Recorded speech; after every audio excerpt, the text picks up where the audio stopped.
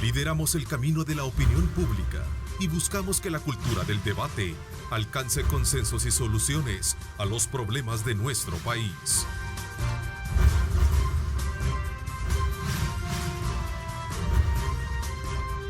Diálogo con Ernesto López.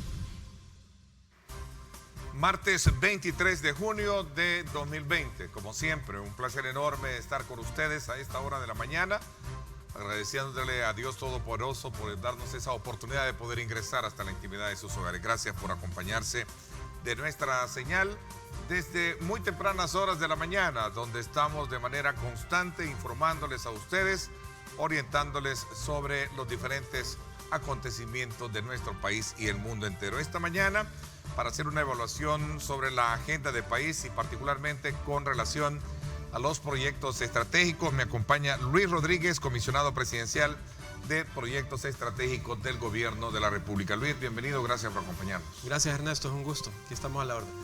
Qué bueno invitarles a ustedes también, aprovechar este momento para exhortarles a que participen, @diálogo21, @Neto López Radio. Son las dos cuentas en Twitter que están disponibles para que usted escriba, formule sus preguntas y comentarios y de esa manera pueda darnos a nosotros insumos pertinentes para poder desarrollarlos en la mesa con nuestro invitado.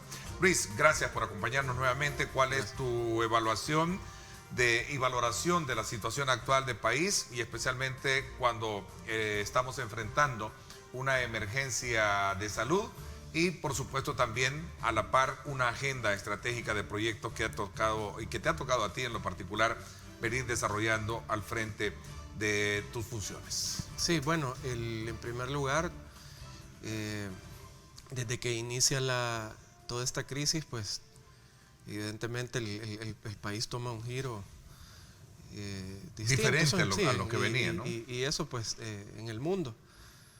Y eso nos obliga como gobierno a ir tomando una serie de decisiones, algunas en el camino, otras gracias a Dios con planificación, donde el primer objetivo fuese la vida de las personas, donde el primer objetivo fuese ganar lo máximo de tiempo para poder realizar una serie de acciones, en tanto que se pudiese, sabiendo cómo estaba todo el panorama del sistema de salud en cuanto a su infraestructura, en cuanto a su capacidad, en cuanto a su equipamiento, etcétera, y lo que se podía venir, poder trabajar de la manera más certera una opción que terminase complementando esto, más camas, más ventiladores en un sitio que fuese lo mejor acondicionado para la gente, que evidentemente tuviese fases lógicas dentro de todo proceso,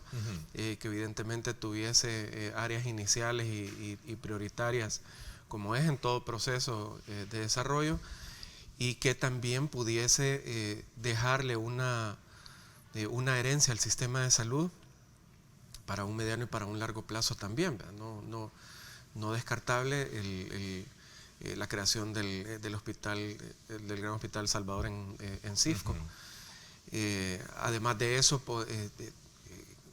que pudiésemos también trabajar una gran acción coordinada que junto con la empresa privada, junto con países amigos, con otras instituciones y en este caso con la sociedad civil en su momento, para también poder hacer una balanza en poder ayudar a la población más necesitada, a la población en albergues, a la población en centros de contención, al equipamiento de hospitales y de la red de salud a nivel nacional, al equipamiento que se pudiese hacer también con los equipos, valga la redundancia, con los equipos médicos y de enfermería, en cuanto a su protección, en cuanto a ciertos beneficios que pudiesen tener en el camino, a través de cooperaciones, donaciones.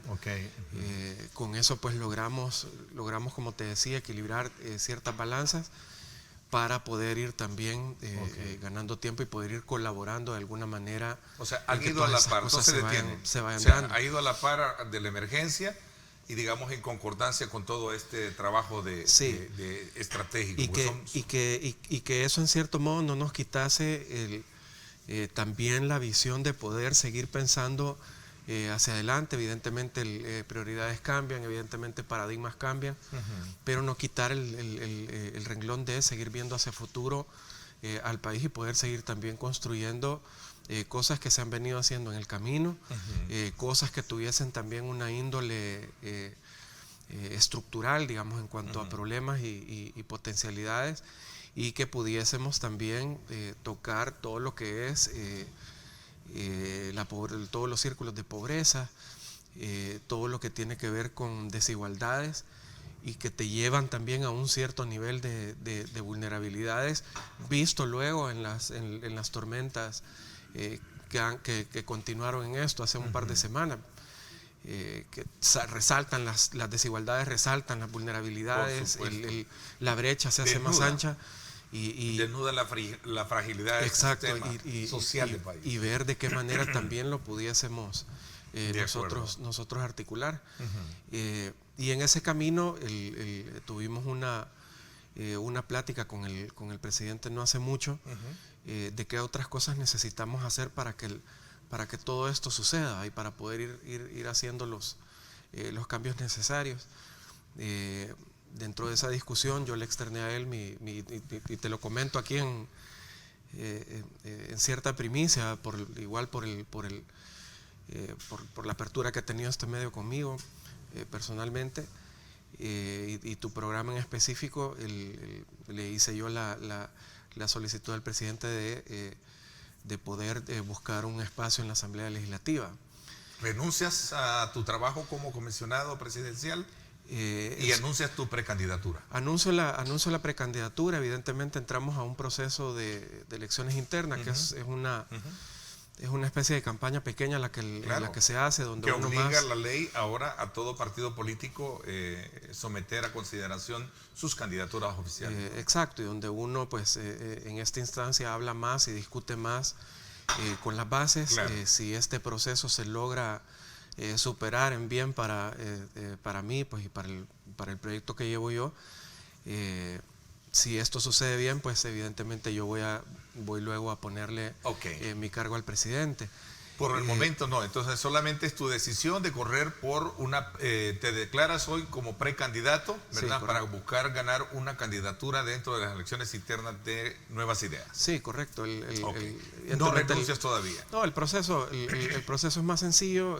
Hay cosas que se pueden hacer y así serán, que se pueden hacer en horas de la noche, los fines de semana, fuera de trabajo, etcétera. Pero básicamente es el trabajo de campo, ¿no? El operativo de hormiga, como le llaman en el caló partidista, ¿no? Sí, aún así el trabajo de campo pues se ha vuelto bastante limitado también, ¿verdad? Claro. Pero el punto es aprovechar esos momentos para hacer estas actividades y poder correr pues en un futuro ya dentro de una elección nacional, específicamente por el departamento de San Salvador. Y sale esto al tema porque definitivamente la Asamblea se vuelve un actor sumamente importante para cualquier tema de desarrollo social, de desarrollo económico, de ir acelerando ciertas dinámicas y desgraciadamente hoy en esta crisis lo que se ha visto es una desaceleración y no una aceleración de las cosas. ¿Ese es el motivo o por qué razón tú decides correr por una diputación? Bueno, ese es parte del motivo. Creo que otra es que la Asamblea se puede volver un ente mucho más activo y más pegado a la población en la realidad en la que vivimos ahora, y sobre todo la Asamblea puede realizar proyectos, la Asamblea puede diseñar proyectos, la Asamblea puede hablar en otro idioma de consensos, no solo en quien venga a proponer un proyecto, ya sea desde el gobierno, sino también incluso desde otro tipo de instancias, donde tengas la puerta abierta y la suficiente capacidad para poder discutir y poder ir creando talleres de construcción, de propuestas, de construcción de iniciativas y dar todas las herramientas legales y todas las herramientas estratégicas que estas instituciones necesiten para poder realizar bien su trabajo. Evidentemente habrán discusiones, habrán debates, como siempre, pero lo que vamos a tratar de buscar es que todo esto sea con la suficiente altura y con el suficiente nivel técnico para que las cosas realmente sean como se busca, y para que evidentemente podamos subir a esto todas las voces necesarias, y todas las voces o que tanto necesitan algo, así como que también te proponen algo y tienen un nivel de potencialidad interesante sobre algo, en cualquiera de esas instancias, poder construir lo mejor posible todos estos andamios. Ya hablamos específicamente y ya vamos a adentrarnos, mejor dicho, en esa área. Solo déjame comprender un poco. Tú esta mañana muestras tu interés por correr por ganar una candidatura al interior del partido Nuevas Ideas. Vas a ocupar el tiempo prudencial que existe fuera de lo normal, de lo legal, para poder hacer ese trabajo. ¿Cómo capitalizar el esfuerzo que se hace desde el punto de vista de gobierno con los proyectos o en este caso la encomienda que tú tienes como comisionado presidencial de proyectos estratégicos? Se requiere de mayor, digamos, como potencia desde el punto de vista de legal, de una asamblea legislativa que te pueda generar a un gobierno esa facultad de desarrollo que se necesita y que obviamente no la tienen ahora, ¿verdad? Por no tener un partido político así directamente, a no ser el partido Gana, que es el que también se considera que es el partido de gobierno, por haber sido el vehículo por el cual el presidente llegó a la presidencia, ¿no? Creo que por sobre eso están una serie de modelos que logren ayudar a que la Asamblea vaya teniendo otro tipo de dinámica y otro tipo de relaciones y de generación de consensos alrededor de ciertas iniciativas. Creo que, por ejemplo, al momento de hablar sobre educación, sobre una nueva escuela, sobre un nuevo modelo educativo, creo que también como diputados o como diputado te podés meter desde el inicio en la creación de ir a la escuela, hablar con los maestros, hablar con los alumnos, hablar con los padres de familia, poder sistematizar información, poder también crear una serie de andamios y herramientas bajo el entendido de que tanto gobierno como sociedad civil, como asamblea legislativa, incluso como empresa privada, organismos internacionales, multilaterales, etcétera, tengamos una y solo una visión en conjunto o más de ser mejor. Y es que evidentemente todos estamos de acuerdo en que la educación hoy por hoy necesita de todas las herramientas necesarias para poder despegar de una vez por todas y poderle dar a los niños, a las niñas y a los jóvenes todas las capacidades y todas las competencias necesarias para poder también entrar en un proceso de transición de movilidad social. Evidentemente esto toca muchos aspectos, desde la seguridad, toca aspectos de oportunidades, toca aspectos básicos como el acceso a la educación, que en términos de desigualdad aquí en El Salvador lo sufrimos mucho, que toca aspectos incluso de relaciones sociales y comunitarias, que pueda tocar en un futuro también aspectos de ingreso económico, de oportunidades de empleo, de emprendedurismo para la persona, y evidentemente que esto tenga una visión y un impacto integral, que es lo que se necesita a nivel nacional, que toque aspectos también de lecturas y de dejar claras normas sobre si vas a necesitar, por ejemplo, censos continuos en cuanto al estado de la infraestructura escolar, en cuanto a los sistemas constructivos que se deben hacer, en cuanto a los mínimos, por ejemplo, que debe tener hoy por hoy una escuela para también tocar otro tipo de vulnerabilidades que afectan a los niños, como la salud al no tener agua, por ejemplo, como la salud en términos preventivos al no tener una infraestructura acorde a, como la salud física e integral en temas de dónde está construida una escuela o cuál es su sistema, poder dejar todo ese tipo el aspecto tecnológico, poder dejar todo ese tipo de detalles empaquetados en una serie de leyes, de herramientas, de iniciativas, de normas, etcétera, para que tanto un gobierno como todos los que van a entrar a participar en ese proceso de cambio puedan tenerlo todo a la mano para que se pueda realizar bien y se pueda realizar en una forma acelerada, para que podamos ir cumpliendo los tiempos y dejemos de ir perdiendo generaciones alrededor de esto. Y eso te estoy hablando solo de un tema. Son varios factores los que te provocan a ti buscar ese horizonte digamos, del ejercicio público, como es el tema de la Asamblea Legislativa y de un papel como diputado, ¿no? Sí, el presidente, ¿qué te dijo? ¿Te dio el permiso, la facultad para poderlo hacer? Sí, bueno, tuvimos una plática al respecto, un poco sobre la filosofía que se quisiese tener dentro de la Asamblea, sobre la filosofía que hoy por hoy pudiese tener un diputado o una diputada enfocado en problemas actuales y con soluciones actuales, y no en problemas actuales con soluciones de hace 30 años, sino es que un poco más. De qué formas puedes ir eliminando también los tortuguismos y ese tipo de sistemas que aletargan al final el desarrollo. Por darte ejemplos simples, digamos, y muy simbólicos, desde hace 14 años se ha discutido el tema de la ley de agua.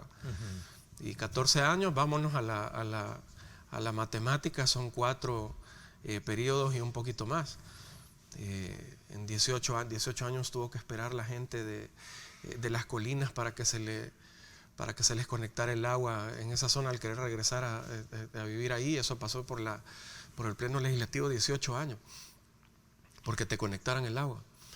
Entonces, evidentemente, hay más ejemplos, hay más símbolos que definitivamente tenés que buscar también ir a cambiar eso. Tenés que modificar eso, tenés que modificar esa filosofía, tenés que darle otro sentido a la dinámica interna, tenés que darle un sentido técnico, operativo, estratégico, por supuesto que político, legal, pero dentro de la Asamblea hay un potencial tan grande para poder construir o para poder darle otra dinámica al país y otro tipo de soluciones apegadas evidentemente a una estrategia de gobierno, considerando evidentemente las necesidades que tiene y las voces distintas que tiene nuestra sociedad, buscando también la proyección a futuro y poder leer lo suficiente como para decir lo que hagamos ahora o lo que no hagamos ahora va a impactar a la siguiente generación o incluso a la siguiente, pero poder dejar los andamios correctos y las dinámicas correctas para que esto suceda. Una voz frecuente, una denuncia frecuente, dicen que la voz del pueblo debe ser escuchada en toda campaña electoral, en todo político debe ser como el insumo pertinente. Y uno de los principales quejas de la población es precisamente el tema de la corrupción. ¿Qué piensas al respecto? Bueno, o sea, de hecho no se le dio tampoco las herramientas completas a la creación de una comisión de investigación. Yo creo que ese tema, independientemente de donde surja, pues tiene que irse eliminando de una u otra manera.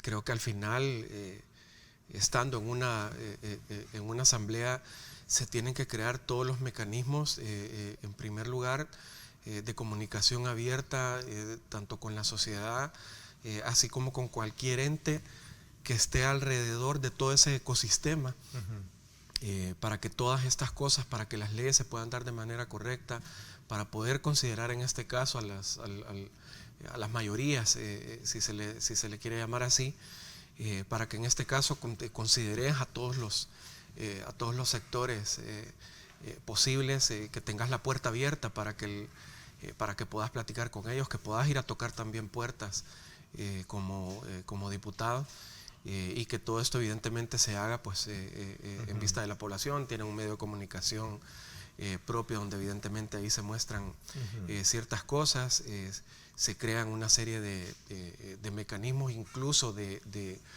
de consideración de valoraciones sociales, ya sea a través de herramientas tecnológicas, ya sea a través de ciertos mecanismos de apertura y de participación ciudadana, incluso en la generación de las leyes. Creo que en algún momento, en una entrevista ya hace años contigo, yo te comentaba el caso de la Asamblea en Colombia.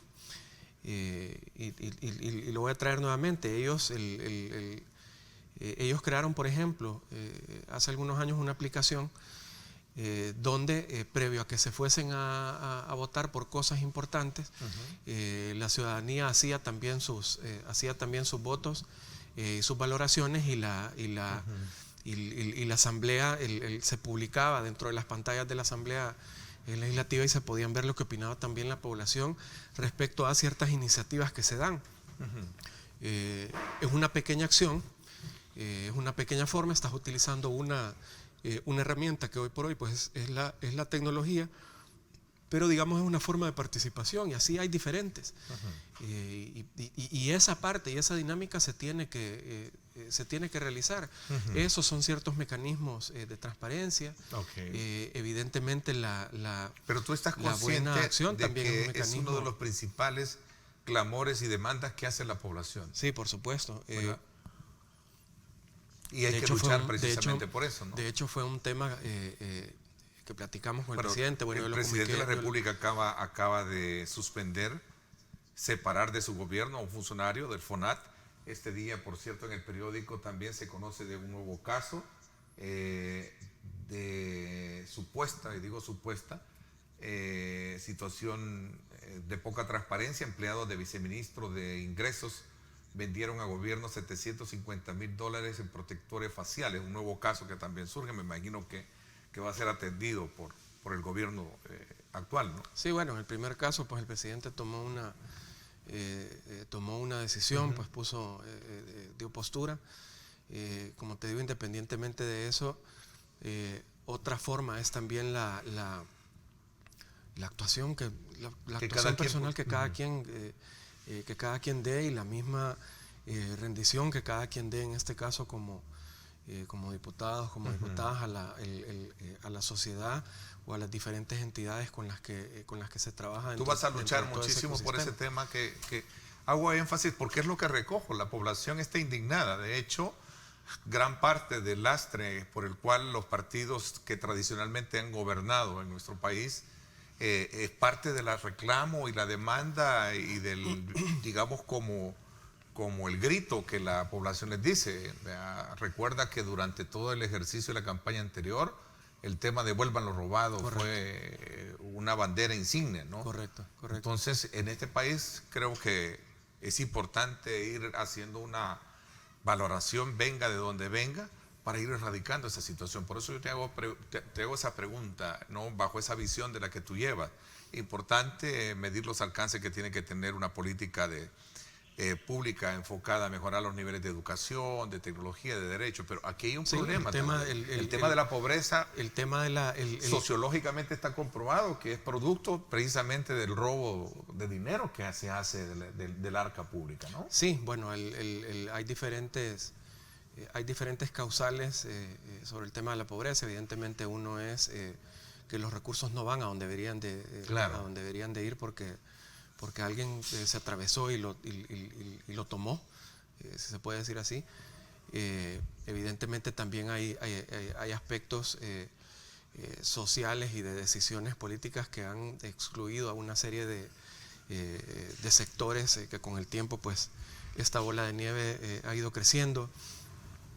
Han habido decisiones que se han tomado enfocadas en pequeños grupos, que desgraciadamente ha sucedido, no lo digo solo ahora, lo digo desde hace ya muchísimo tiempo, que ha ido afectando también la dinámica de las generaciones. Han habido displicencias sobre ciertos problemas que ha tenido la población en temas de empleo, migración, oportunidades, juventudes, etcétera, en que la educación no ha sido prioridad, en que el tema de salud no ha sido prioridad, en que hoy por hoy se discute muy poco sobre el tema económico, y hay que ver de qué forma se le da un empuje, y en el que el tema de la corrupción y de la transparencia pues también tiene que tocarse con ese mismo nivel de interés, e ir creando las dinámicas y las herramientas necesarias para que estas cosas no sucedan. Lo ideal es que no crees un proyecto. Lastimosamente el poder es tentador, decía uno de los grandes pensadores de la Grecia antigua, ¿no? El poder es tentador. Lo ideal es no crear un proyecto enfocado en esto. Digamos que eso fuera como el plano ideal. Desgraciadamente son cosas que suceden y que evidentemente se tienen que seguir considerando, se tienen que seguir tomando decisiones sobre esto. Se tiene que ir viendo todo el panorama de manera responsable alrededor de cada una de estas situaciones, e ir evitando poco a poco que estas cuestiones se den, y sobre todo se tiene que ir creando también una dinámica preventiva para que estas cosas no sucedan, e ir también cambiando la forma, digamos, en cómo se trabajan ciertas dinámicas políticas, y en cómo se trabajan también todas las acciones coordinadas con diferentes entidades bajo ciertos objetivos importantes para el país. Ahora, Luis, ¿cómo está el proceso de elección interna dentro de Nuevas Ideas? Entiendo que va a ser un método tecnológico, ¿verdad? Donde no se podrá de alguna manera poder tener de forma manual, si lo queremos ver, el ejercicio de votación. Todo va a ser con el uso de tecnología, ¿no?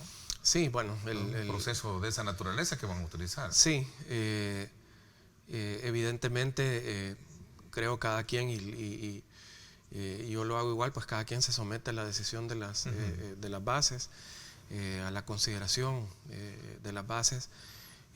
Creo que hay dentro de algunas cosas hay una valoración muy importante en la cual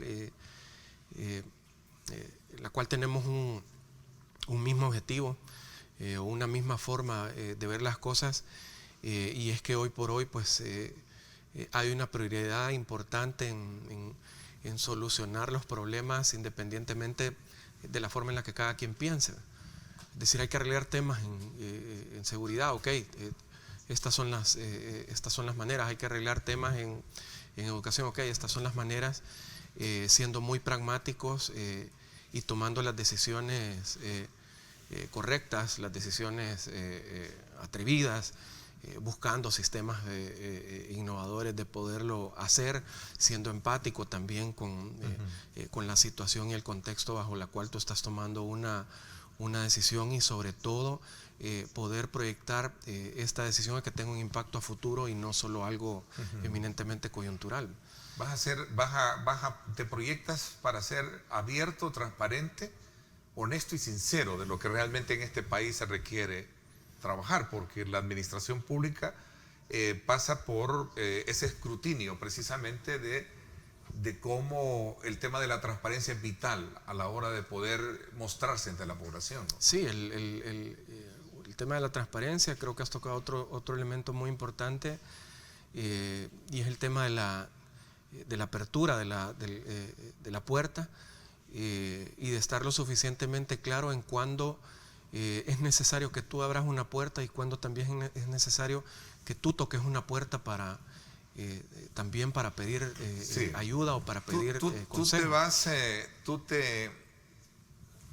Tú entras a la política como muchos rostros nuevos en un escenario diferente a lo que hemos estado acostumbrados en el pasado a tener en este país. Y eso es bien importante tomarlo en consideración. Y lo estoy haciendo a manera de interpretación, porque ahora tienes una sociedad mucho más fiscalizadora. Claro. Ahora tienes una población que pregunta más. Hoy tienes una población que exige más. Sí, correcto. Y eso es bien importante. Sí, y que pues al final es lo que andamos buscando. ¿Te parece si hablamos de eso? Sí, voy a hacer una pausa y regresamos un poco. De llegar a ser diputado, pregunta don Carlos Vela desde los Estados Unidos. De llegar a ser diputado o comisionado, ¿se proyecta ser un congresista independiente que va a velar por lo mejor para el país? Es una pregunta que te están formulando desde los Estados Unidos. Voy a hacer una pausa, 6:59 minutos. Gracias por estar con nosotros. Recuerde, en la segunda parte estará Óscar Ortiz, secretario general del FMLN, con quien vamos a hacer una evaluación de política del partido y también de los acontecimientos coyunturales del país. Vamos a la pausa.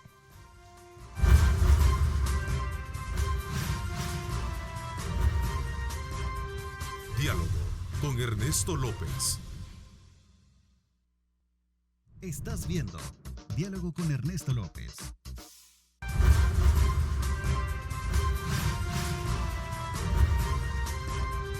Diálogo con Ernesto López.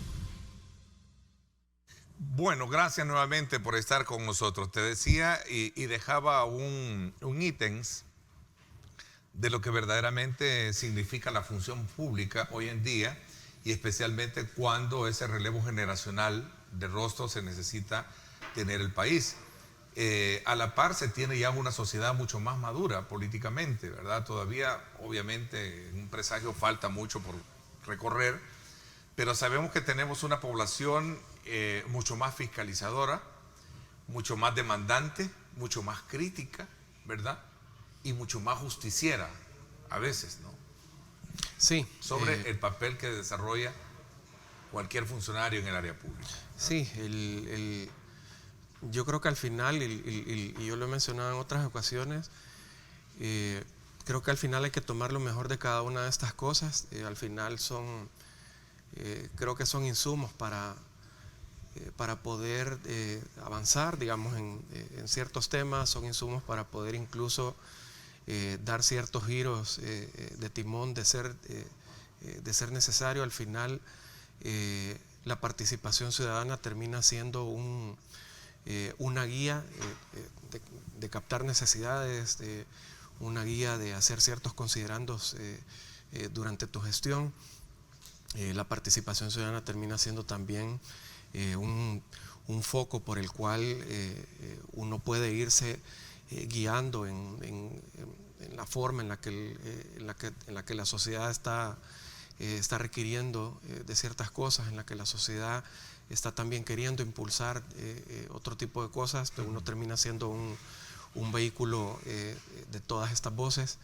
Evidentemente cada quien en su casilla y en su rol dentro de toda la dinámica del país, pero dentro de todo eso pues hay ciertas acciones que de forma integral pueden ir construyendo junto con la sociedad una serie de políticas, una serie de herramientas. Tu plataforma de entrar ya como candidato y correr como candidato oficialmente electo en las elecciones internas es una agenda de carácter educativo, ¿no? Digamos que ese es uno de los enfoques. Siempre he considerado que la educación es la base de todo. Del desarrollo, ¿no? De todo, básicamente, todo el impacto que tiene generacionalmente en diferentes tipos de aristas y de temas, pues son la base de la construcción de un país. Y vista de esa manera, pues sí, hay que dedicarle un capítulo muy especial, evidentemente, pues con la serie de actores necesarios para que esto se haga bien.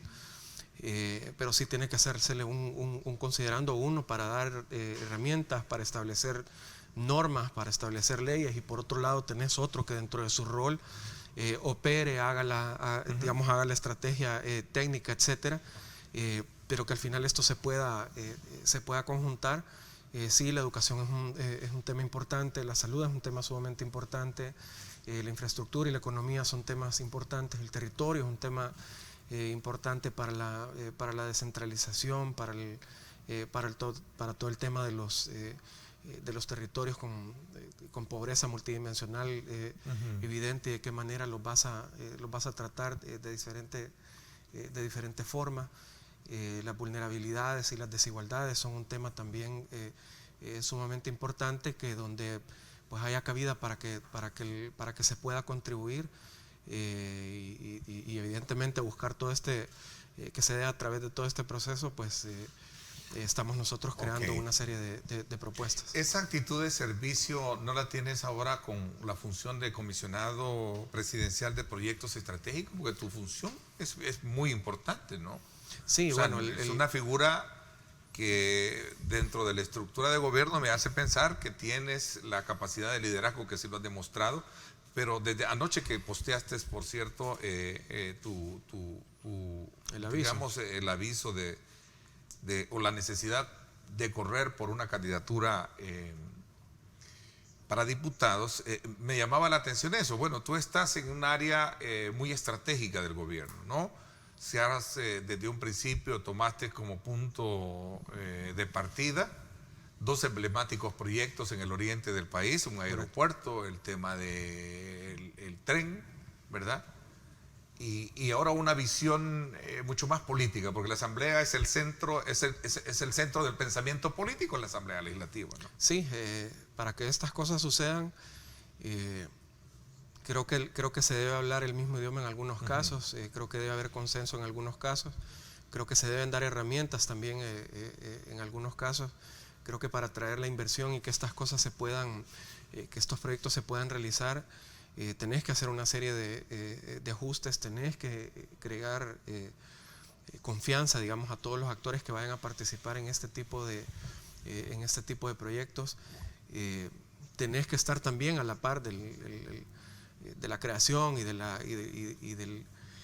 del diseño de todo este andamio, para ver cómo se acelera, para ver cómo se puede trabajar mejor, para entender también todo el impacto integral que tiene, no solo en términos económicos para el país, sino también el impacto y la rentabilidad social que esto puede también causar desde cualquiera de las dos instancias. Se puede hacer mucho.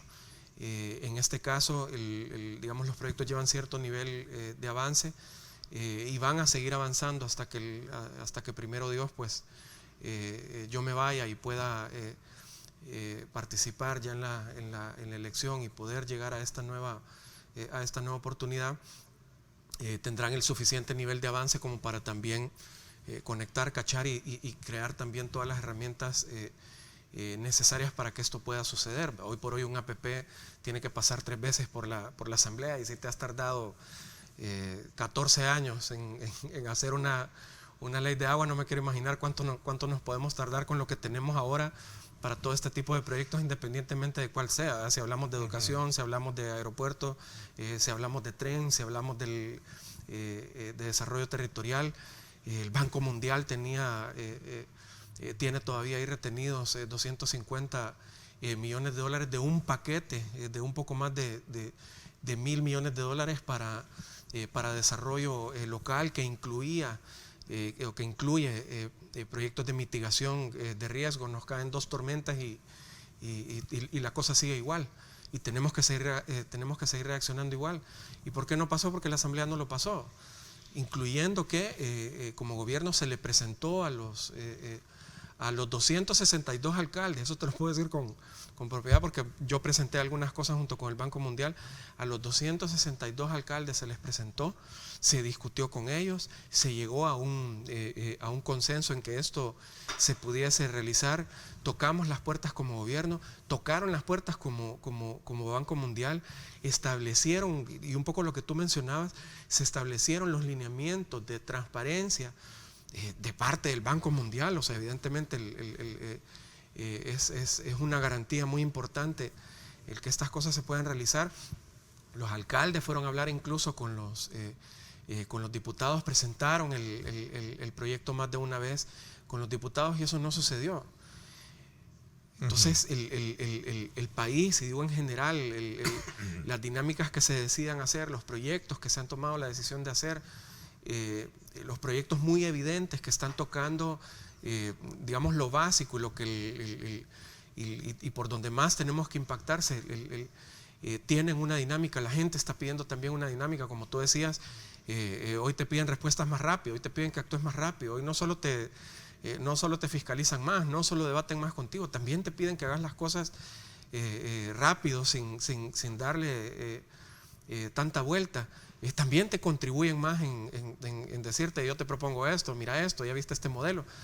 Por cualquiera de todas esas formas, el tiempo es importante para este país, el tiempo es importante para poder despegar. No hay tiempo que perder. y ya la dinámica de país tiene que ser otra, ya el potencial como país tiene que ser otro. Lo hemos aprendido nosotros con el tren, con el aeropuerto, incluso con los proyectos de puertos que construimos y que hemos diseñado con CEPA. Nuestra ubicación geográfica ha sido subestimada durante mucho tiempo y hay que sacarle su mayor esplendor, y eso implica la creación de una serie de proyectos, la dinámica operativa que haga un gobierno, pero también implica que el motor democrático y donde se crean todas las herramientas, donde se dan todas las armas para que esto pueda suceder en positivo, en los tiempos más acordes, con todos los lineamientos que se puedan dar en cuanto a transparencia, pero que se dé, no está sucediendo y creo que es algo con lo que hay que trabajar. ¿Cuándo son las elecciones internas en el partido? 12 de julio. El 12 de julio. 12 de julio, si no me equivoco. Estamos casi a un mes, ¿no? Sí, un poco para menos. realizar trabajo de campo. Sí, ¿Vas bueno, por el departamento? ¿Vas como por precandidato por La Libertad o San Salvador? Por San Salvador. San Salvador. Mira, hay un tema importante cuando tú te referís varias veces al trabajo de campo, y es que también ahí las cosas también, pues ni modo, también han cambiado.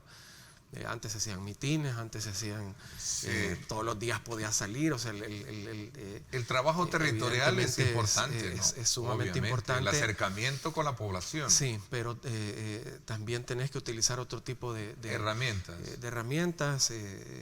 Adaptarte a otro tipo de cosas, donde sí tengas un contacto directo, donde sí puedas tener un debate de forma directa, pero que también puedas utilizar otro tipo de herramientas para comunicarte con la gente. Ahí está. Ok, sí, en efecto, ahí está el calendario. Mira, estamos, el partido Vamos, creo que es el mismo día del FMLN, gana ¿no? 28 de junio.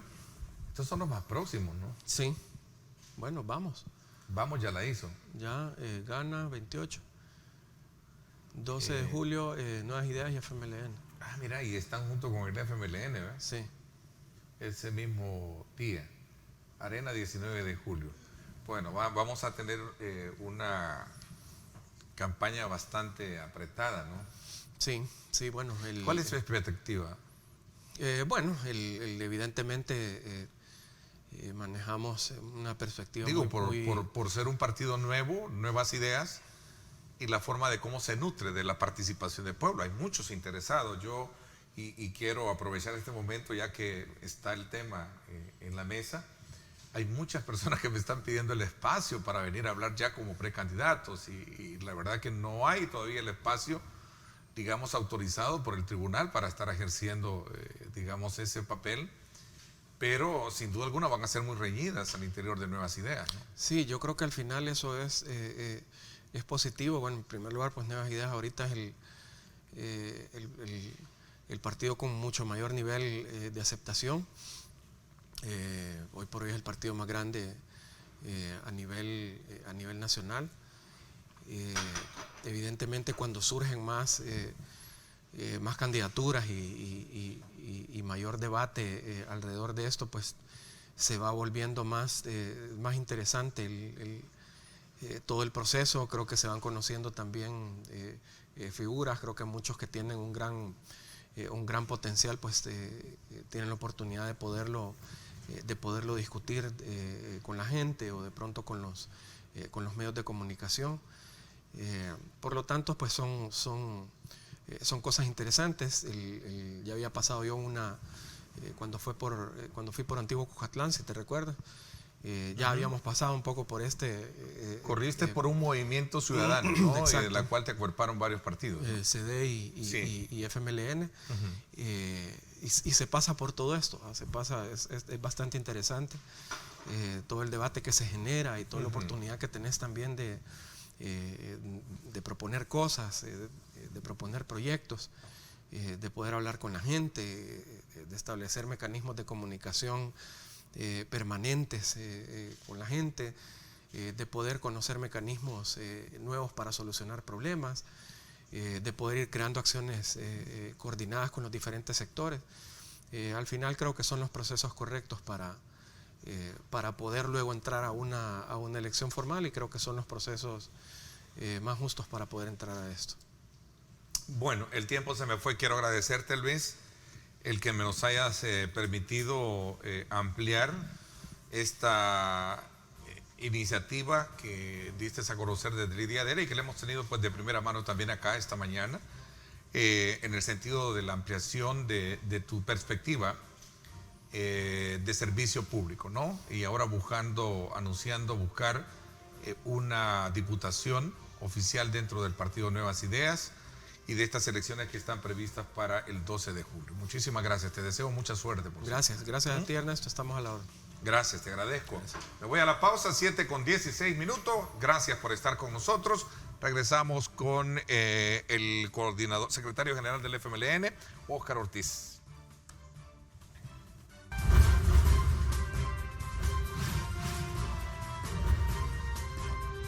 Diálogo con Ernesto López.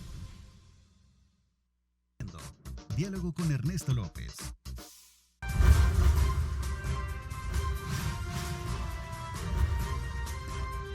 Diálogo con Ernesto López. Gracias nuevamente por estar con nosotros en esta segunda parte del programa. Quiero darle la más cordial bienvenida al secretario general del partido FMLN, Óscar Ortiz. Bienvenido, gracias por Ernesto, acompañarnos. Muy buenos días, gracias por invitarme. De verdad que es un placer estar en este programa de tanta incidencia nacional contigo y felicitar a todo el equipo de trabajo de Canal 21, por supuesto Canal 19, porque realmente en este periodo especial que ya llevamos 100 días, promedio de 100 días, el trabajo de los profesionales de la comunicación ha sido clave. Y sigue siendo clave en medio, por supuesto, también de mucho riesgo. Yo creo que es vital que la comunicación siga siendo un factor importante para llevarle de manera oportuna, de manera veraz, lo que la gente necesita saber y lo que la gente necesita precisamente estar permanentemente conociendo. Y por eso va nuestro reconocimiento y ojalá la prensa siga teniendo todos los espacios necesarios, adecuados para hacer su trabajo. Y nuevamente quisiera aprovechar tu programa para enviar un reconocimiento a las miles y miles de familias salvadoreñas que están haciendo un extraordinario sacrificio. Hay que seguirlo haciendo, la situación todavía no está controlada. Claro. Hay que seguir haciendo el trabajo de educación, de guardar las medidas, las recomendaciones de quedarse en casa si no es necesario hacer otro tipo de actividad que no sea relevante o decisiva para la familia o para la comunidad. Porque esta crisis, la manera de salir bien es enfrentándola todos juntos. Y creo que ya hemos tenido otros momentos en que hemos vivido, claro, no de estas características, pero sí creo que la parte clave es cómo logramos también trabajar juntos como familia, como comunidad y como país. Comencemos entonces hablando un poco sobre el tema de coyuntura actual, específicamente porque nos embarga este tema de la emergencia COVID-19. Sí. Y el FMLN ha estado de alguna manera muy activo en la Asamblea Legislativa, que es el centro y el pensamiento político ahí reflejado con su fracción, sí, para poder de alguna manera construir lo que han sido todo este tipo de decretos que a la larga pues ya sabemos a lo que se ha enfrentado el país, ¿verdad? Por un lado, decretos legislativos y por otro lado también otros decretos planteados por el Ejecutivo. Bueno, quiero decirte, primero felicitar a nuestra fracción legislativa y felicitar también a nuestros gobiernos municipales y a todos, a los 262. Un excelente trabajo hasta ahora a pesar de las dificultades, a pesar de las limitaciones, a pesar de la falta de coordinación en varios momentos y en esta coyuntura con el gobierno nacional. Ojalá se vaya superando eso por el bien del país y por el bien de los territorios. A pesar de todo esto, realmente el trabajo que se ha venido desarrollando por parte de los gobiernos municipales y especialmente la Asamblea Legislativa es muy bueno, hay que reconocerlo. Más allá de la consideración que cada quien tenga de los diputados, las diputadas, pero yo debo decir en este programa, tratando de ser lo más sincero y lo más directo posible, mi reconocimiento a las distintas fracciones legislativas. Han estado al pie del cañón, tú sabes. ¿Ha sido responsable la fracción de poder darle las herramientas oportunas todas las herramientas? Y es importante que me hagas esa pregunta y es bueno que lo hagamos al inicio del programa, porque después voy a darte una definición sobre lo que yo creo que el gobierno ha estado haciendo y cometiendo tremendos errores en el manejo de este tipo de relación entre órganos. Vamos Porque a ver. el gobierno, hago la pregunta y el énfasis de mi pregunta Sí. va en el sentido de Sí, que pero el gobierno también denuncia los obstáculos que vienen de los ¿cuáles? partidos políticos de Sí. Arena y FMLN. El gobierno es un farsante, hombre, es un farsante, es un presidente con un grupo de farsantes, realmente no le puedo dar otra palabra. ¿Cómo se atreve a decir esto el presidente cuando la Asamblea Legislativa en solo 100 días le ha dado más de 50 decretos al país y especialmente al gobierno nacional, que va no solo el gobierno, el ejecutivo, sino también para los gobiernos municipales? Mira, no solo le ha dado más de 50 decretos, 7 decretos que tienen que ver exactamente con la cuarentena, extensiones por 3 meses de cuarentena. Somos el país que hemos pasado prácticamente más de 80 días en aislamiento, digamos, yo le llamo cuarentena, guardando la distancia, y hay que seguirla guardando porque la situación no está controlada, pero básicamente la Asamblea es la que yo creo que mejor ha cumplido de todos los órganos del Estado. Sabes tú que la Asamblea, ¿qué presidente no quisiera que se le liberaran todos los factores en términos legales, jurídicos, administrativos y financieros? Además de más de los 50 decretos que la Asamblea ha ejecutado, ha acordado, prácticamente 18 de ellos en la Comisión de Hacienda, 7 de ellos solo para el tema de enfrentamiento de la crisis sanitaria y el resto para otro tipo de demandas por parte del Ejecutivo. Solo de eso, el presidente ha vetado 11 de ellos, 11. Y no solo eso, mira, la Asamblea le ha liberado al gobierno, al Ejecutivo y al Estado prácticamente más de 3.000 millones de dólares en 2 decretos, más de 3.000 millones de dólares. Tú sabes que si nosotros sumamos lo que se ha reforzado en el presupuesto nacional 2020, son más de 4.000 millones de dólares a disposición de este gobierno. Tú sabes que solo el día de ayer la Asamblea le liberó en aprobaciones de primera vuelta más de 320 millones, 250 de 300 millones por parte del BID y del Banco Mundial, 20 millones que ya fueron ratificados definitivamente. Ya la Asamblea le había ratificado días anteriores 389 millones por parte del Fondo Monetario Internacional. Ya básicamente la Asamblea le había aprobado al Ejecutivo un crédito puente que hizo efectivo por más de 800 millones de dólares en cantidad de letes y CETES, como se conocen, que son deudas de corto plazo que tú las puedes negociar al interior del país. O sea, el presidente no solo ha contado con más de 800 millones de dólares en CETES y letes aprobados por la Asamblea Legislativa por el crédito puente dado en el marco de la aprobación del decreto que se liberaron los 2.000 millones, sino que le ha liberado también 389 millones del Fondo Monetario Internacional, los más de 300 millones que se le liberaron el día de ayer, la cantidad de millones que se le liberaron con el fondo japonés, JICA, que básicamente se reorientó para enfrentar las emergencias. O sea, cuando tú ves la cantidad de recursos que no solo la Asamblea le ha aprobado, sino los recursos que se le han liberado a este gobierno, si tú ves los decretos que se le han dado, los últimos decretos, es una cosa increíble cómo mienten. Mira, cómo se pone a decir el presidente que él quiere atribuciones cuando ha tenido todas las atribuciones. Veamos un poco, Sí, vamos a ver, ajá. detengámonos un poco ahí en esa parte. ¿Por qué el FMLN, sabiendo que el gobierno, y eso hablo un poco bajo la lógica de lo que ellos plantean, necesitan las herramientas oportunas para atender la pandemia desde una herramienta o figura legal como el estado de emergencia, por ejemplo, una ley de emergencia, ¿sí? ¿Y no es la que hemos tenido? Pero con limitantes. ¿Cuál es el limitante? Y no está parado el transporte público, las escuelas están paradas las actividades económicas. Hasta hace una semana hemos comenzado un plan. Recientemente el presidente dijo, bueno, No, pero decime, devuélvanme las herramientas para poder de alguna manera controlar. ¿Y cómo vas a devolver herramientas que nunca te han pertenecido o que nunca has tenido? Si la herramienta es la Constitución, y en la Constitución el presidente tiene que leer. En la Constitución el presidente tiene su mandato. Hay un mandato para el Ejecutivo, hay un mandato para el Legislativo, hay un mandato para el órgano judicial. Lo que pasa es que el presidente se ha peleado con todo el mundo, a eso se ha dedicado, a pelearse, a confrontar, a dividir, a atacar, a desacreditar. ¿Qué gana el país con eso? ¿Sabe lo que gana el país con eso? Que se encarezca el dinero a la hora que lo vas a ir a colocar allá afuera. Porque de todo eso que le has liberado en materia de país, de los 3.000 millones, que por cierto son fondos que al final los va a pagar el país en el mediano y largo plazo, y que te va a dejar en la situación donde al operar y a ejecutar esos recursos importantes para enfrentar una situación como la que nunca el país había tenido en la historia, o el mundo en décadas enteras, o más bien hay que decir que no habíamos tenido una situación de este tipo.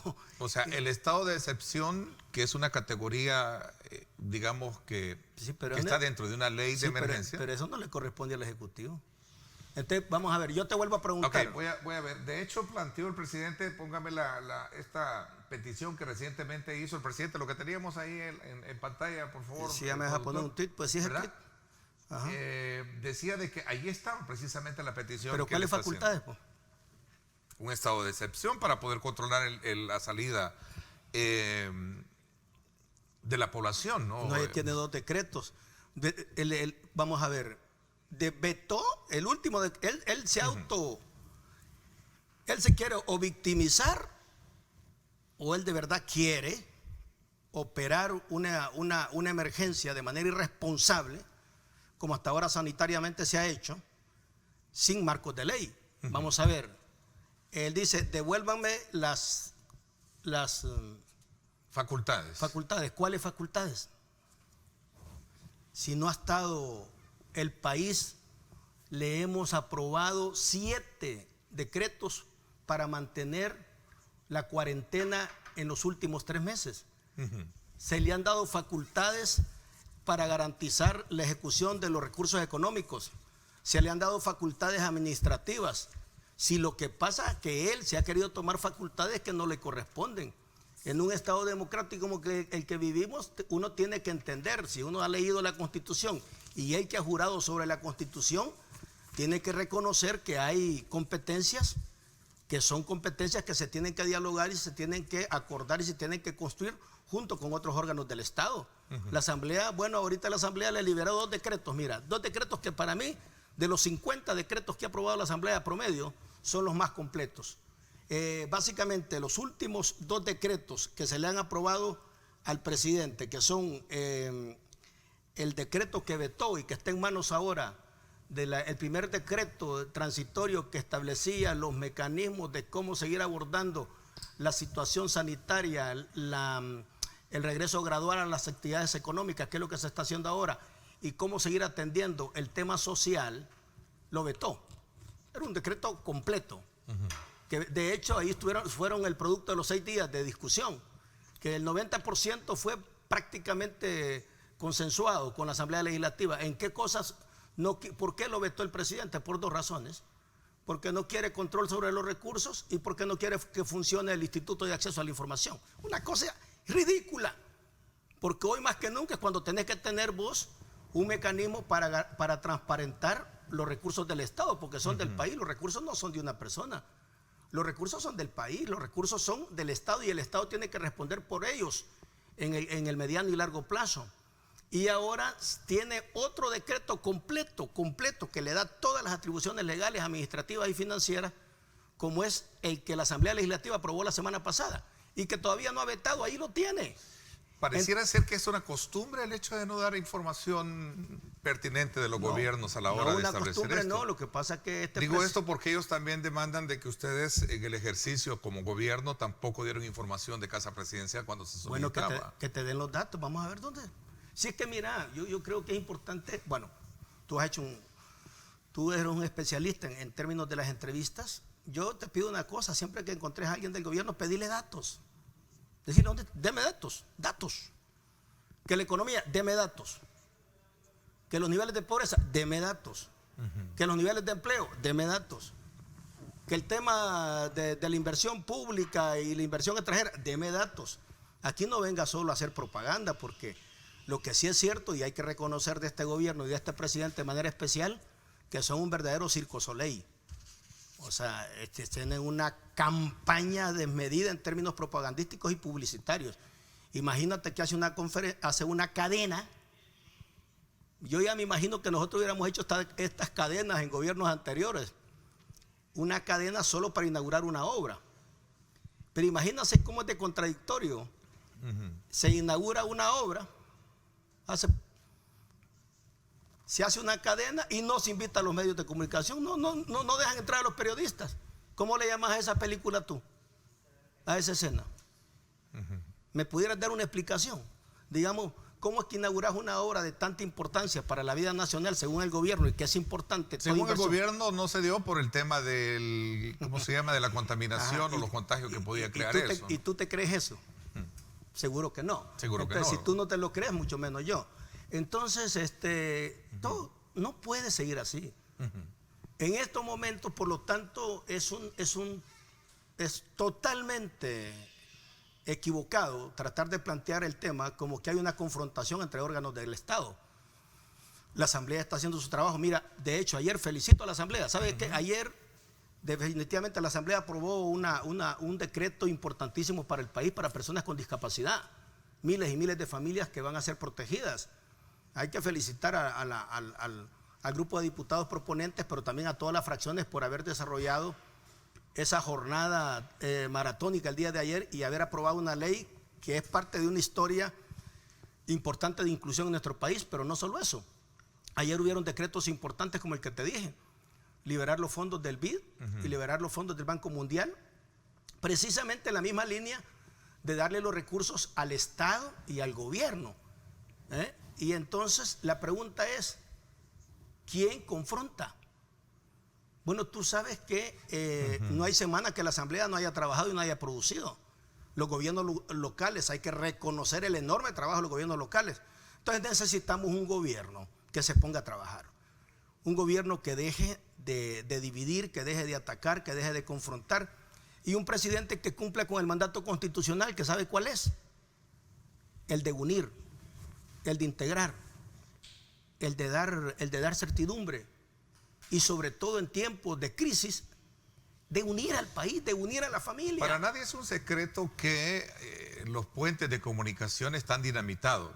No sé, pues sí, pero la dinamita la anda el presidente. Nosotros no, bueno, vos me ves aquí, no ando, pero ni un fosforito para encender un cigarro. A ver, pero el discurso, sin duda alguna, refleja todo lo contrario, Carlos. O sea, ¿en qué sentido? ¿Cuál discurso? En términos de que así como te manda digamos, el mensaje, el otro también ustedes lo envían, ¿no? En el sentido de estar en ese estilo, bueno, en ese estire y encoge. No, ¿cuál estire y encoge? Si nosotros hemos dicho que estamos listos y no a la Asamblea le estamos aprobando un montón de cosas. Tú decís que, por ejemplo, en la aprobación del estado de excepción, yo recuerdo y tengo acá un dato, creo que sí, fue el 15 de marzo. Vamos a ver, hoy te voy a ir con el estado de excepción. Ustedes no dieron los votos al gobierno.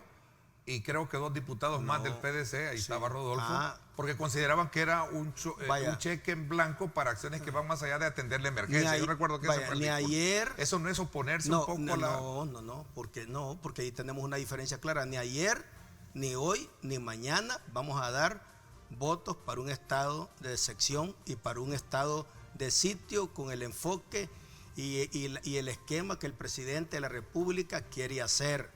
Él lo que quiere básicamente es militarizar el país, quiere militarizar la Policía Nacional Civil, quiere utilizar a las Fuerzas Armadas para algo que no es, y mis respetos a las Fuerzas Armadas, nuestro respeto a las Fuerzas Armadas, nuestro respeto al enorme trabajo de nuestra Policía Nacional Civil, pero no se vale querer utilizar a la Policía Nacional Civil, a las Fuerzas Armadas, en un papel que no les compete desde el punto de vista constitucional.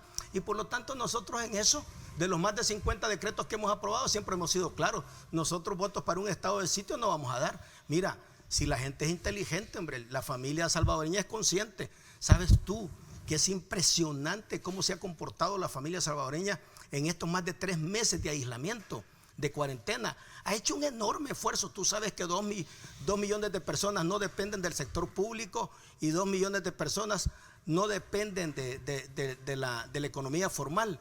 Están ubicadas en el sector informal, en esa economía que se mueve en el día a día, porque es la señora, es la mamá de niños, es la persona joven, es la familia que se mueve para poner un pequeño negocio, para ganarse la vida todos los días. Entonces, aguantarse 100 días de cuarentena sin estar viendo que tu actividad económica tiene algún nivel de ingresos. No es fácil y la gente lo ha hecho. ¿No es ponderar un poco la salud como un acto primario para cuidar y que no priva eso, dentro de la eso Constitución? hemos estado haciendo. ¿Y qué hemos estado haciendo, po? Sino colaborando en eso. Claro, de hecho, la apertura del hospital El Salvador, por ejemplo, que ¿Cuál aún hospital? con toda la remodelación de Cisco para adaptarla a un hospital. La palabra es esa. ¿Ok? La adecuación del circo para montar unas instalaciones hospitalarias, vea, donde se han invertido 25 millones según el gobierno de recursos, la mitad de ellos en instrumentales y la otra mitad en adecuarlo para poder enfrentar una situación de estas. Todo Por lo que ejemplo, alguien pregunta acá, ¿y el policlínico que ustedes dejaron no quedó funcionando? mira, el FML, vamos De a ver. pediatría. Bueno, mira, tú sabes que yo era el de inversión pública. Claro, exacto, Y si quieres un programa solo, te reto positivamente. Y si quieres traer a alguien del gobierno, yo vengo. Para que me digan datos. En un año, dame una obra importante que el gobierno ha hecho en un año. Dame una, pero rápido. Te doy 5 segundos. Bueno, la readecuación de las ¿De qué? instalaciones de Cisco Ajá. para un hospital. 25 millones, dicen ellos. Solo en el último año y medio. La continuidad de la remodelación ¿De qué? del plan de modernización del aeropuerto, que también fue ¿Cuál? una obra que obviamente ¿Cuál? ustedes... Si nosotros lo dejamos terminado, perdóname. Te pero invito a todavía que veas. están trabajando No. en el... Si eso fue el 15% que quedó de la fase no terminada de la ampliación segunda del aeropuerto. Se terminó el hospital del Seguro Social de... San Miguel y no quedó terminado, si yo no lo fui a inaugurar y el presidente anterior lo fue a inaugurar, pues 82 millones. Quedar un hospital con todos los, por cierto, que parte de los equipos que llegaron al circo de ahí los han sacado. Me imagino yo del seguro y de otros lugares, está bien. Eso no, yo no me voy a poner a discutir sobre eso. Mire, el Hospital de la Unión, 18 millones el último año. El Hospital de Apopa, el Seguro Social, 20 millones. El Hospital de San Miguel, 82 millones. 300 instalaciones equipadas en los ECOS a nivel nacional. Fue la reforma de salud más reconocida en Centroamérica, ojo. Ahora tú me dirás, ¿es suficiente? No. Nunca es suficiente todo lo que inviertas en salud y todo lo que podamos invertir en salud es positivo. Nosotros vamos a seguir dando todos aquellos apoyos que sean necesarios para invertir en salud. Claro, necesitas tener un plan. ¿Dónde está el plan? Este gobierno no tiene plan, todo lo está improvisando. La pregunta es, como no sé si tú se le hiciste, bueno, ¿y ese va a ser provisional o permanente? Bueno, ya lo dijo él, que lo va a dejar permanente por el tipo de inversión que se ha hecho. Yo no creo. Vamos a ver. Se dice Creo que cualquier cosa. Ya lo dijo el presidente. Bueno, en su pero vaya, cadena. ¿en base a qué? ¿Cuál es el diseño? ¿En base a qué?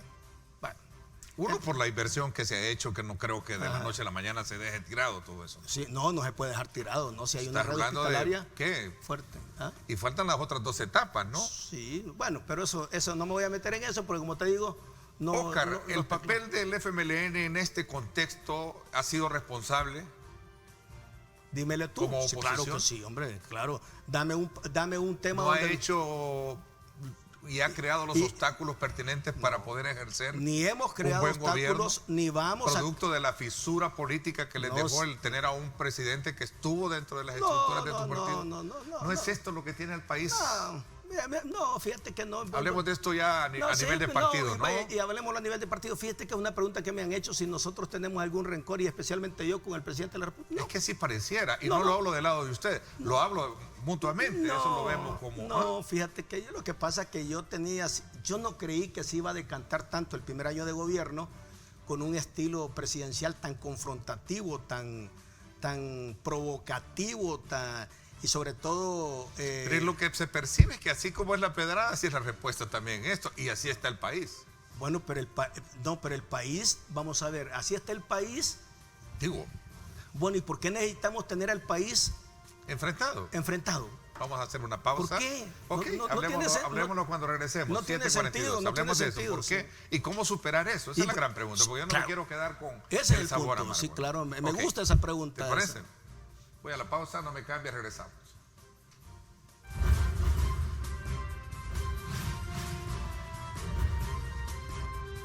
Diálogo con Ernesto López. Estás viendo Diálogo con Ernesto López.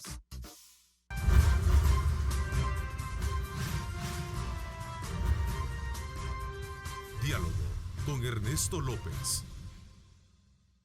Gracias nuevamente por estar con nosotros. Me acompaña en el estudio el secretario general del partido FMLN, Óscar Ortiz, y ex vicepresidente de la República. Óscar, ¿cómo lograr superar la construcción de ese, digamos, de ese nuevo escenario de entendimiento? Lamentablemente, en medio de esa, ¿cómo se le llama?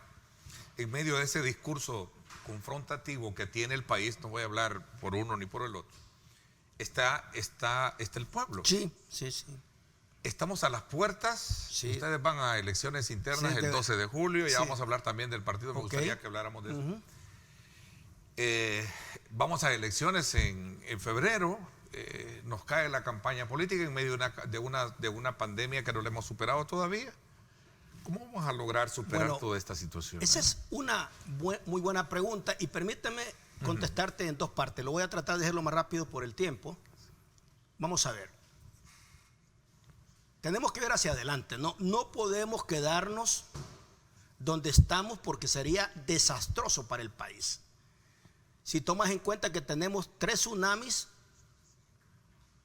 golpeándonos, pero todavía la ola más grande no nos ha llegado, que es el tsunami sanitario que está en marcha y que todavía no le encontramos una salida porque además de los malos manejos en términos de protocolos que se han hecho a nivel sanitario, todavía vos no ves una ventana de salida a la crisis sanitaria.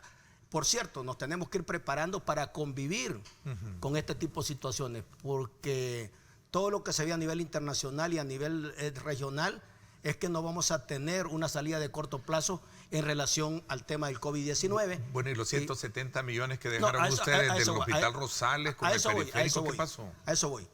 Y el otro que te viene es el tsunami económico. Tú sabes que ahora, básicamente, si al cerrar junio, según los datos que nosotros tenemos, según el estudio, bueno, yo estuve trabajando mucho en eso. Tú sabes que me encanta el tema económico y el tema de llevar los datos de inversión pública. Estamos ya en un déficit por el 12% a nivel fiscal. Vamos a caer por lo menos, si cerramos junio y terminamos el año así, menos 8, menos del PIB. Se han perdido el 23-24% de las exportaciones promedio hoy, porque tú sabes que no ha estado funcionando. Obviamente la situación ha parado todo, aunque está regresando la economía, pero mira cuántas empresas, por más que quieran, micros especialmente, no van a poder abrir. Vamos a tener, no creo que tengamos menos de 70,000 empleos directos perdidos en el corto plazo. Eso va a ser dramático y consecuentemente tú sabes que eso tiene que ver con un tema de ingresos. Y luego la parte social, todos los países vamos a quedar en una situación dramática en los indicadores sociales en los próximos años, y lo que más va a afectar es el tema de la seguridad alimentaria. Y lo que más va a afectar es que vamos a tener más pobres que antes y más extrema pobreza y pobreza. Y eso viene. Entonces, si tú tienes todo ese panorama sombrío generado por una pandemia y por malas decisiones, acumuladas por malas decisiones, es el momento de reflexionar. Acaba de cerrar un año el gobierno. Es un momento de hacer un parteaguas y decir, bueno, nos viene el año, vamos a cerrar el año. Nos viene el año 21, el 22, vamos a tener elecciones intermedias. Dejemos las elecciones a un lado porque creo que es lo menos relevante ahora. El país le urge un acuerdo nacional. El país le urge un pacto económico y social.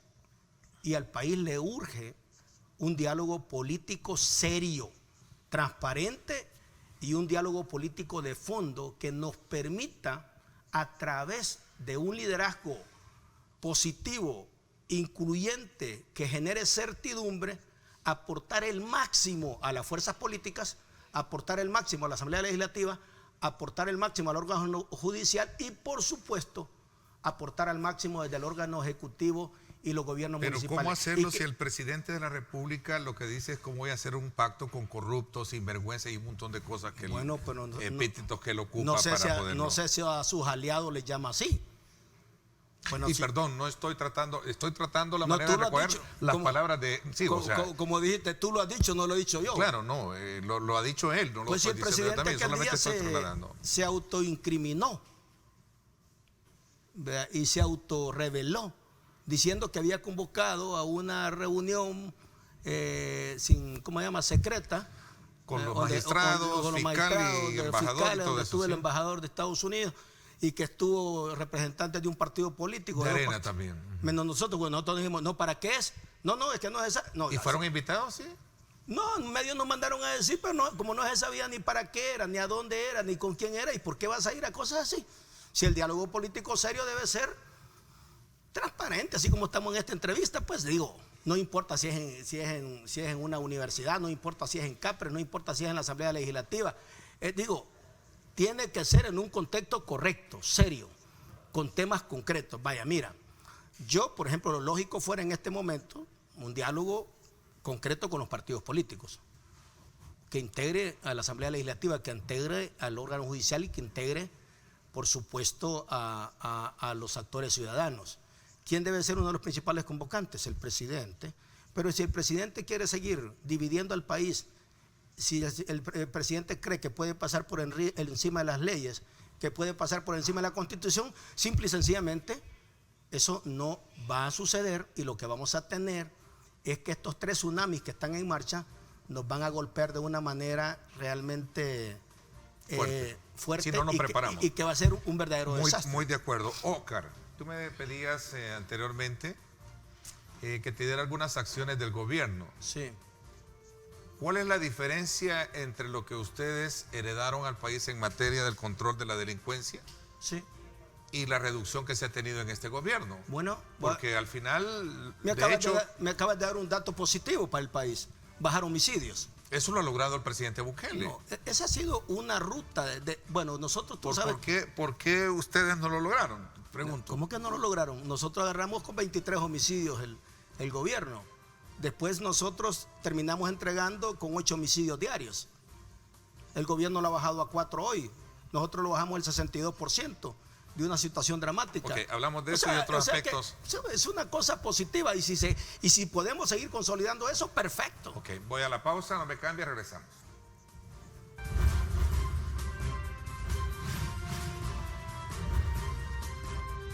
Diálogo con Ernesto López.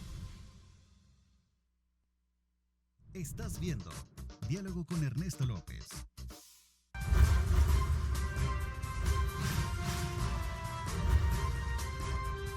Diálogo con Ernesto López. Bueno, gracias nuevamente por estar con nosotros. A ver, ese era un tema muy importante de análisis que habría Sí. que ponerlo en el Bueno, contexto del ejercicio de la función sí, pública, de dónde venimos, cómo Sí, estamos en materia. que me gustaría que en otro programa, si tú quieres, con Claro, más tiempo. con mucho gusto. Creo que yo no vamos a tengo tener ningún más problema adelante. en reconocer. Y si tú quieres tener uno del gobierno, aquí yo vengo para que veamos datos. El FMLN reconoce que ha sido efectiva la política de seguridad del presidente Bukele en términos de Mira, no, reducir si todo el lo que sea, homicidio. no, mire, lo ha si hay- reconocido si hay algo- no, la mira, Fiscalía General de la Si hay República. algo que hay que reconocer, es que toda la política pública que se vino implementando en los últimos 3 años en materia de seguridad ciudadana ha sido correcta. ¿Qué quiere decir? Que tú no puedes manejar ese tema en una sola semana, en un solo año. Lo que hemos venido teniendo es una baja sostenida de homicidios en los últimos 3 años. Venimos de 23 homicidios, después a 18, después a 13, después a 11, después a 10, y nosotros terminamos en 8. En ninguna parte de los 3 años últimos en que se aplicó una verdadera estrategia de golpear a la estructura criminal, de hacer una enorme reforma en el sistema penitenciario y de desarrollar un vasto programa de prevención a nivel de todos los gobiernos municipales, se empezó a desarrollar un esfuerzo donde empezaste a tener resultados sistemáticos, permanentes y sustantivos. Venir de 23 homicidios diarios a estar en 4 hoy promedio, ojalá lo sostengamos. Hoy la pregunta es, ¿sobre qué base se está sosteniendo eso? Entonces es importante que ese pueda ser un análisis posterior, pero todo aquello que sea para seguir mejorando el nivel de seguridad ciudadana, perfecto. Ok, voy a comprometerme más adelante Sí, para poder por favor. ampliar estos temas. Óscar, el 12 El de julio. El 19 de julio. El 19, ¿no? Vi que ahí tenían el 12, el 19 de julio. Es el 19. Sí, Entran a elección. ¿Se renueva con cargos o con rostros nuevos el FMLN o será más de lo mismo no. con lo que van a entrar? Bueno, es una buena pregunta. Reciclaje de diputados que han No, estado. vas a tener lo que yo acepté esta responsabilidad como secretario general con una misión. Yo no voy a ningún cargo, yo ya no voy a aceptar ningún cargo público. Mi tarea ahorita es ser el puente para posibilitar en el corto y mediano plazo que una nueva generación de líderes se ponga al frente del FMLN. ¿No hay repechaje para... aprovecha este momento para decirle, mira, digo entonces, porque... lo que vamos a tener, por cierto que vamos bien, creo que somos de los partidos que ya casi está completando su plantilla de inscritos a nivel nacional, a nivel de diputados, alcaldes y consejos municipales. Lo estamos cerrando este domingo y te quiero decir que lo que vamos a presentar mayoritariamente es una buena cantidad de liderazgos nuevos y jóvenes, digo, frescos. Fresco. Que unos ya están, por supuesto, en distintas actividades políticas, pero son muy pocos conocidos a nivel nacional, porque le generaban sombra mucha gente que tenía años de estar en la dinámica política nuestra, pero ahora lo que vamos a tener es, y así yo tengo la seguridad, vamos a poder plantear un nuevo contingente de hombres, mujeres y jóvenes que puedan hacer un nuevo pacto social, político y económico con la familia y la comunidad en todo el país. ¿No va a haber repechaje? ¿Cómo no? Me imagino. Bueno, algunos diputados que tenemos son buenos, son recientes. Por ejemplo, Anabel Belloso, Cristina Cornejo, Suazo. Pero ya la vieja guardia, perdona que te pregunte, la vieja guardia no... Yo siento que yo, por lo menos lo que he visto ahora en la elección interna, yo no les puedo obligar a que no participen, pero ciertamente les he dicho que ha llegado el momento de darle no solo la oportunidad, sino porque el nuevo tiempo político del país y de nuestra democracia así lo demanda, que sea esta nueva generación de políticos del FMLN, de izquierda democrática, inclusivos, preparados, formados académicamente, quien asuma las mayores responsabilidades en este nuevo ciclo que vamos a tener en el corto plazo de elecciones para alcaldes y diputados. No se lo puedes negar y no es conveniente políticamente, sobre todo porque los tiempos han cambiado. Yo no puedo evitar que alguien se vaya a inscribir, pero casi estoy seguro, digo por lo que creo y percibo y siento, es que en nuestra militancia y el electorado le va a dar una enorme posibilidad a los nuevos liderazgos. Óscar, el tiempo se me fue. Gracias por haberme acompañado y por permitirme hablar abiertamente de los temas que hemos hablado. Y más adelante vamos a tener más tiempo. Y mi reconocimiento a todo tu equipo de trabajo, al equipo de trabajo, no a tu equipo, al equipo de trabajo que te acompaña y tú eres parte de él, por la enorme labor profesional para mantener informado al pueblo salvadoreño. Y nuevamente una felicitación a la familia salvadoreña por seguir guardando todas las medidas. Todavía no estamos en etapa de como se dice, de aplanar la curva. Estamos en una situación muy delicada, muy difícil, y nuevamente el llamado a que sigamos cumpliendo todas las recomendaciones y las medidas para proteger a nuestra familia y a nuestra comunidad. Y que Dios me los bendiga a cada uno de ustedes. Muchísimas gracias, Óscar Ortiz. Gracias por mi parte. Esto es todo por hoy. Cuídense, hay que usar mascarilla si usted va a andar en lugares donde hay una aglomeración de personas, ¿verdad? Si va a estar con alguien cerca, use su mascarilla. Recuerde, eso es bien importante. Aquí estamos a 2 metros. Sí, bueno, aquí estamos guardando la distancia social, ¿verdad? Nadie escapa de poder estar en algún momento. El nivel de contagios tampoco, eso es cosa para morirse, pero hay que cuidarse, ¿no? Hay que controlarse, ¿verdad? Así es que guarde la distancia social, ¿verdad? Si tiene que salir, salga por algo que valga la pena. De lo contrario, quédese en casa. Gracias, pásenla bien y como siempre recuerden lo más importante, amar a Dios sobre todas las cosas.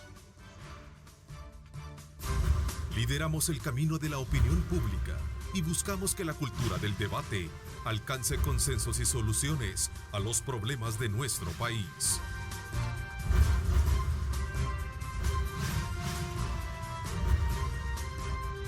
Diálogo con Ernesto López.